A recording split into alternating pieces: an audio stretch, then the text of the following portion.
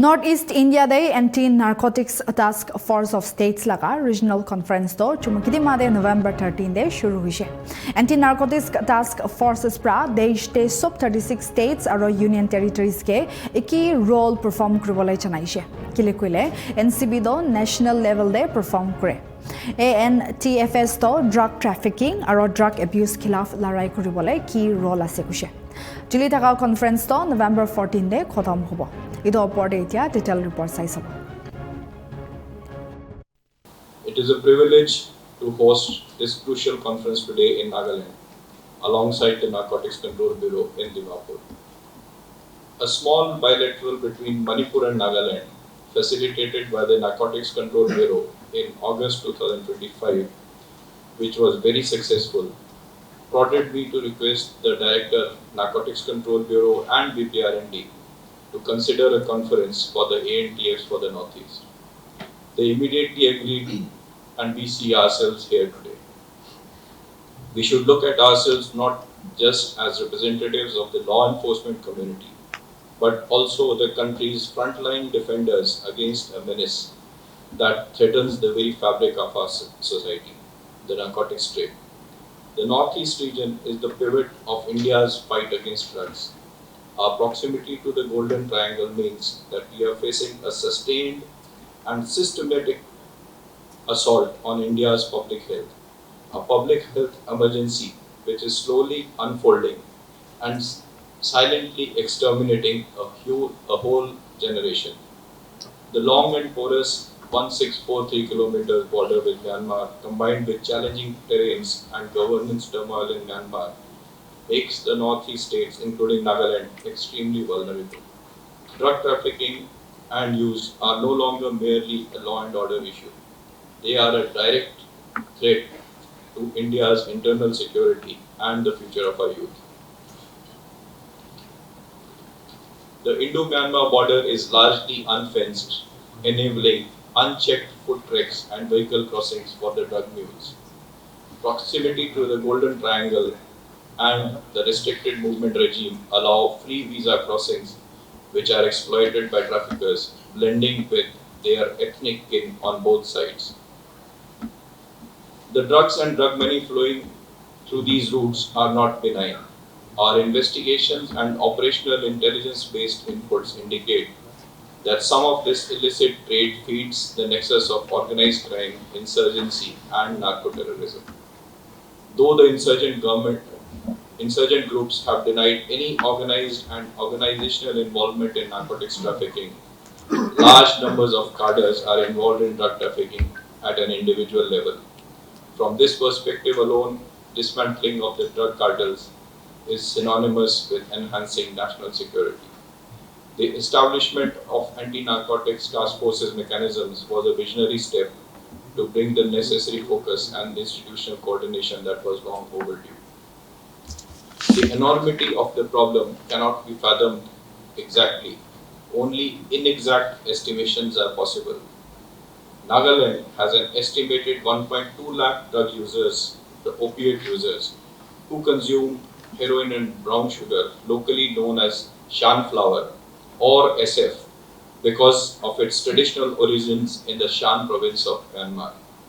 If we estimate a 0.5 gram of consumption per person per day, and even if we take consumers as half of the actual numbers, which I have said is 1.2 lakh for Nagaland, we are looking at almost 30,000 grams or 30 kgs per day, or a whopping 10,000 kgs per annum being consumed in Nagaland alone.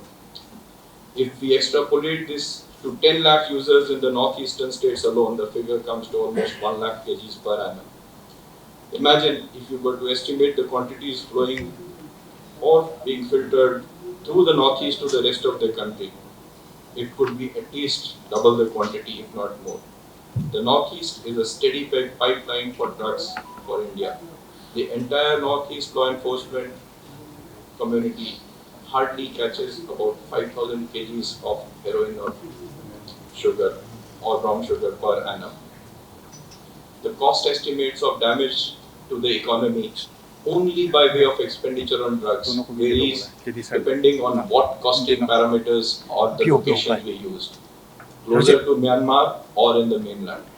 Closer to Myanmar, this 1 lakh kgs would translate to almost 2.5 lakh crore rupees per annum. In the mainland, this will amount to almost 6 times this figure. I am not even counting the losses which accrue on account of the pressures on law enforcement, criminal justice system, the health and the medical system, and the incidental costs. Clearly, drug trafficking is not merely a crime. It is a public health emergency and a threat to national security and public order. I propose we focus on our collaborative efforts on issues like coordination, enforcement, and accountability. Coordination is the Achilles heel. With the law enforcement agencies, while the law enforcement agencies work within jurisdictional boundaries, the drug traffickers don't. This is where they outscore and outwit us. The lack of coordination is the biggest stumbling block. Coordination among agencies, coordination within agencies, coordination among the various pillars of the criminal justice system, coordination between the law enforcement and the civilian wings of the government and with the public. If we have war against drugs, the war cannot be fought alone by anyone. It has to be a collective enterprise. Since most drugs enter India's northeast through Myanmar, it is but inevitable that different quantities and kinds of drugs get intercepted in different places and jurisdictions across the northeast and beyond. It would be unfair to presume that all civilians on the Indo-Myanmar border are involved in drug trafficking. However, it would be fair to presume that all seizures can potentially be tracked and traced back to some individuals or groups in the bordering areas. Unfortunately, down the supply chain, distribution and retail chain, we, the law enforcement community, have failed to investigate the links and chains up the ladder and up the pyramid with any degree of coordination. This means that we are only catching the users, retailers, couriers, and traffickers. Even these persons are only being arraigned in very few cases, affording them the liberty of immunity and impunity. Many of them are suppliers in multiple cases, multiple consignments which get caught, but we are unable to link these cases or connect the perpetrators. Resultantly, we end up spending more effort than is required in our interventions. There is a multiplicity of efforts which needs to be checked. This is our biggest drawback and needs attention. We perhaps need to move from a need to share to duty to share model. I propose that all arrests involving medium and large quantities should be followed up immediately with joint interrogations through video conferencing, preferably within 24 hours by all the northeast states. The days of relying solely on human intelligence are over. Modern drug trade operates on the backbone of digital communications, whether it is communications per se or even financial transactions. For transactions, the traffickers rely on complex logistics and multiple channels. Adoption of technology by the law enforcement agencies urgently needs to scale up in areas like communication surveillance, communication analysis through CDRs and IPDR analysis, darknet analysis, cryptocurrency tracking, digital forensics, big data analysis, and maybe even ethical hacking. Every state ANTF must have dedicated, centrally trained specializing units for these areas. The Nidan platform shows that some data is being uploaded. However, the Nidan portal does not reflect all the information from investigations because law enforcement agent officers usually hold back operational information, which is sometimes more important but remains undocumented and thus gets lost. This is the common operational picture which binds all of us. Targeting the kingpins is more important than targeting the street peddlers. Our primary goal should be to apprehend the financial facilitators, the handlers and the kingpins who orchestrate and grease the supply chains from across the border and into mainland India. This can only be achieved if we start working up the ladder rather than closing individual cases. Sadly, this rarely happens. At this juncture, two of the most important prerequisites should not be lost sight of: the method of dealing with drug users who are caught and are willing to undergo de-addiction and rehab, and the sharing of information about the supply chains of recovering addicts between the de-addiction and rehab centers and with the law enforcement. In the case of the latter, which means sharing of information between the de-addiction and rehab centers and law enforcement, one has to acknowledge that a balance between right to life and privacy has to be fostered. The veil of privacy should be lifted. Even the Puttaswamy judgment provides for the veil of privacy to be lifted for legitimate aims like national security, public order, protection of public health and morals, which are the exceptions given in the judgment. There is a dire need for creating this integration and feedback loop with the de-addiction centers and the rehab centers.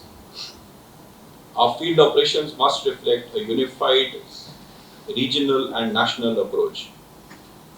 Our operations must be institutionally supported and focused rather than being pushed by individual initiatives. Interstate coordination. The Narco Coordination Center, the NCORD mechanism and NTFs must try to focus on preemptively sharing intelligence and investigation inputs on traffickers, financiers, peddlers, couriers, the vehicles used for trafficking, the vehicle fabricators, mule account holders, conspirators, and changing routes, especially those which switch between Assam, Manipur, Mizoram, and Nagaland. This can be done laterally or through the Narcotics Control Bureau. The influx of synthetic drugs, particularly meth, Yaba tablets, and worlded yaws, is rising rapidly. We must remain highly vigilant using drone and satellite mapping to identify and destroy nascent illicit cultivation of poppy in certain tracts of Myanmar and Arunachal. Financial investigation. Following the financial trail is the most effective way of crippling the cartels. I urge all state ANTFs to form specialized squads dealing solely with tracking hawala links and financial transactions related to narcotic seizures and arrests. Like CDRs, the digital footprints, the banking data is unadulterated and unpolluted form of information. Its analysis can be extremely useful in identifying syndicates even if they switch off their mobile phones or communication channels. Criminals cannot change their past. The mule accounts are important cogs in the wheel and function as cutouts for the organized syndicates. Dealing with banking channels is important. Obtaining bank details, freezing accounts, bank statements, UPI IDs, obtaining KYC details, and even suspicious transaction reportings are essential. While reports from FIU are comprehensive, but they are time consuming.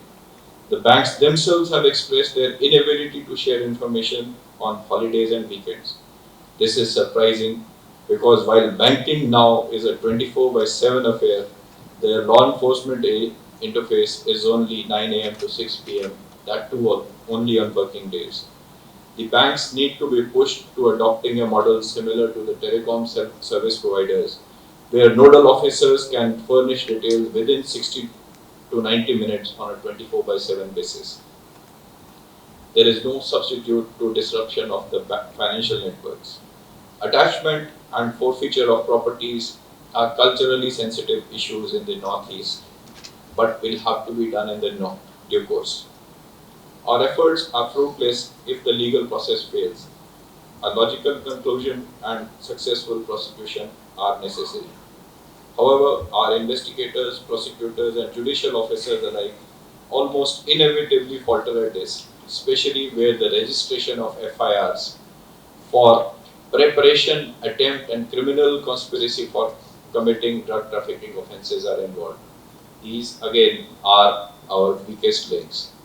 Offences are not documented at preparation, attempt, and conspiracy stages, and the other co-conspirators, except the ones who are caught, are not included in the police reports, that is the charge sheets.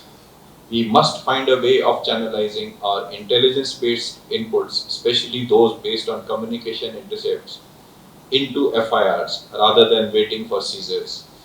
Not doing so leaves gaps in interstate and interagency coordination as vital leads to investigation and follow-up by other sister agencies are lost track of. We need to build up these mechanisms. I propose that we start building and sharing common databases on profiles and photographs and biometric identifiers of criminals, suspects, co-conspirators, financiers, mule bank accounts, couriers and transporters, which means vehicle transporters and also fabricators, criminals and suspects and under trials on bail or parole, and make these databases accessible on pre-authenticated mobile phones in a decentralized manner. We in Nagaland Police have created some databases which we shall be happy to share and provide access to all states in the Northeast and Narcotics Control Bureau. However, the principle of GIGO applies, garbage in, garbage out. I would like to take this opportunity to circulate a short questionnaire for all agencies to know what sort of data exists individually with all of you, so that we can synergize better and we can create a common platform for sharing of data. IGCID Vikram will share a small sheet. Grateful if you can fill up those. And in addition to that, what we have included, if you have any other databases or you want to suggest anything, please make a small note towards the end. Capacity building like specialized training and continuous training are essential, and creation and upgradation of infrastructure are important. The NCB's efforts in providing capacity building are appreciated, but we need more localized trainings on specifics of the NDPS Act in the context of Northeast unique challenges. A unique experiment we in Nagaland Police intend pursuing is the creation of an automated solution for transcription of lawful intercepts and voice calls and communications in partnership with the NIT Mizoram. This is at a very initial stage, but we are trying to pursue this. This AI-based and LLM model will help fill up the gap which exists in surveillance of targets, save time, and ensure that almost 100% attention of the targets under surveillance is accorded. Given the multiplicity of the languages and dialects in the region, this is an absolute necessity. We have also set up a network of automatic number plate reading cameras on the trafficking routes and have built up a healthy database of vehicles traveling and transiting Nagaland into Manipur and Assam. This has been reinforced by adding watch lists of suspected vehicles and phone numbers, and we intend buttressing it with facial recognition technology.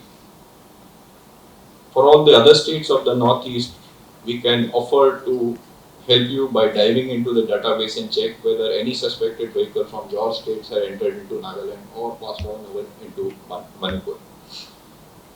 However, our jails are a vulnerable meeting point for traffickers and their family members.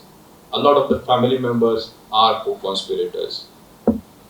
We need to plug this loophole by strengthening the security of the jails in the Northeast. The permissibility or the permissiveness of the society, the closed-knit nature of the society gives a lot of leeway for people to meet on a bhai-bandi basis. I think this needs to be plugged in the jails. Our jails in the Northeast could actually be fertile grounds for arresting co-conspirators when they go and meet the accused who are in the jails, whether it is the under trial prisoners or the preventive detention. As law enforcement, our duty is to reduce supply, but the crisis demands a humane approach to demand.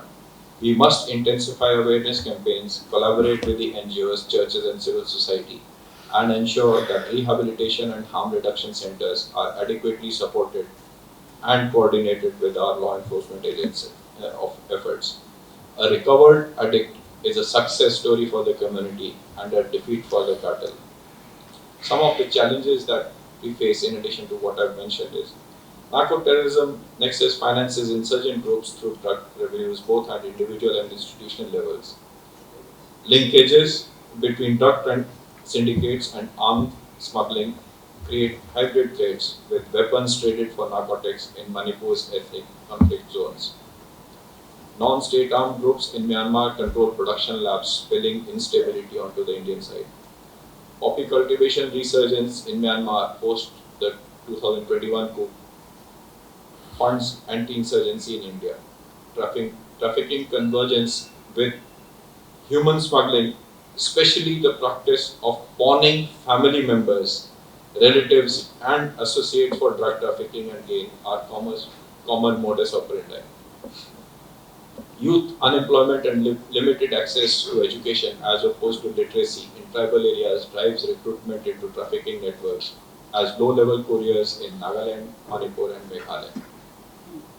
Traditional tribal governance structures as community vigilance against local peddlers is important. However, allowing too much leeway to tribal bodies, NGOs, also creates its own set of problems with parallel justice delivery systems which subvert government authority and prevent flow of information to official channels, hindering a coordinated response and thereby creating parallel channels which can be used for trafficking.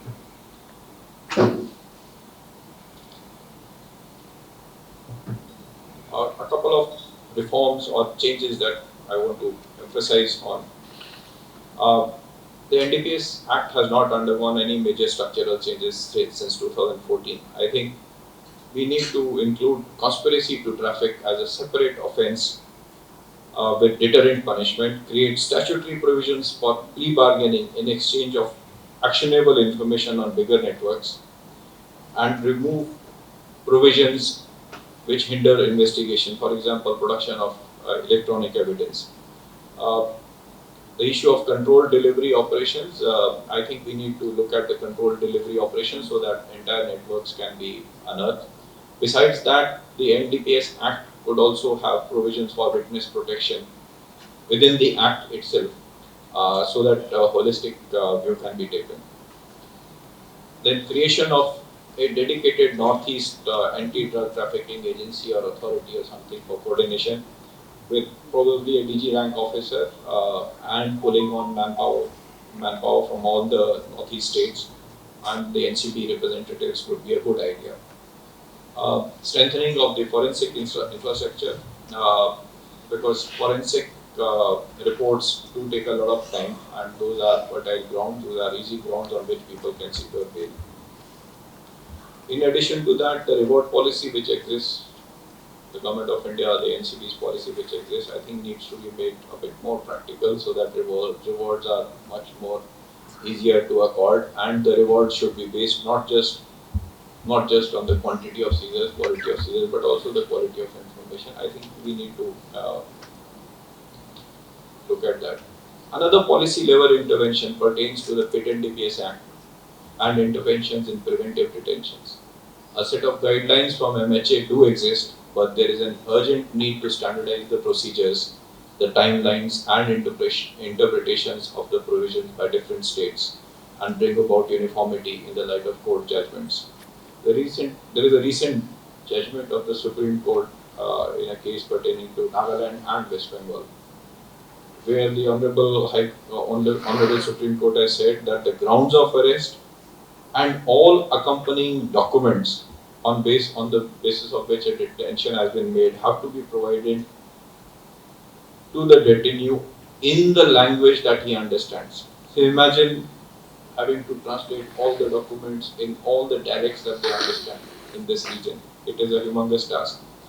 Preventive detention is a potent tool of use and misuse. Non-use of preventive detention makes us toothless, and excessive use leaves room for criticism. However, excessive use is also a pointer to the failure of the criminal justice system, where the law enforcement community feels that the criminal gets justice at the cost of public good. A balance needs to be struck by devising guidelines. In the end, let me say that this conference is not just an opportunity for sharing achievements, but also sharing our problems with each other, sharing the solutions devised individually by the states and the law enforcement agencies, and the unresolved issues which need to be escalated to the national level. The conference is a fertile ground for improving interagency and interstate cooperation and coordination among stakeholders. The battle against drugs is a prolonged war fought on challenging frontiers. I reiterate the commitment of Nagaland Police and its ANTF to collaborate unconditionally with the Ministry of Home Affairs, the NCB, our sister agencies in the region. Let us commit today to raising our collective performance, targeting a big fish, and securing the future of the Northeast for a drug-free India.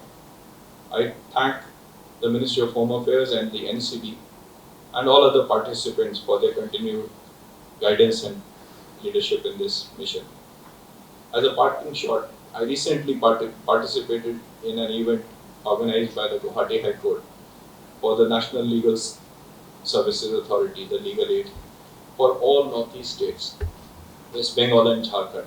The event was attended by Chief Justice of India designate Justice Suryakant, senior judges of the Supreme Court of India and Chief Justices of all High Courts.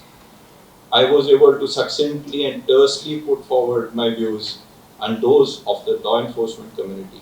They listened patiently. As a parting shot, again, I would like to propose a workshop where the law enforcement community, the prosecutors, forensics, and the judiciary could come together on a platform and decide to act in uniform. Thank you very much. Jai Hind. Nagaland TV, Sob Manulaga Awas. Watch us live on Geo TV and on your television sets as well. For Dimapur viewers, we are on channel number 994 in Global Chapter, and Kohima and Mokokchung viewers, switch to channel number 138 on Hornbill Digital. For all news and updates, follow us on Facebook, Instagram, YouTube, and Twitter.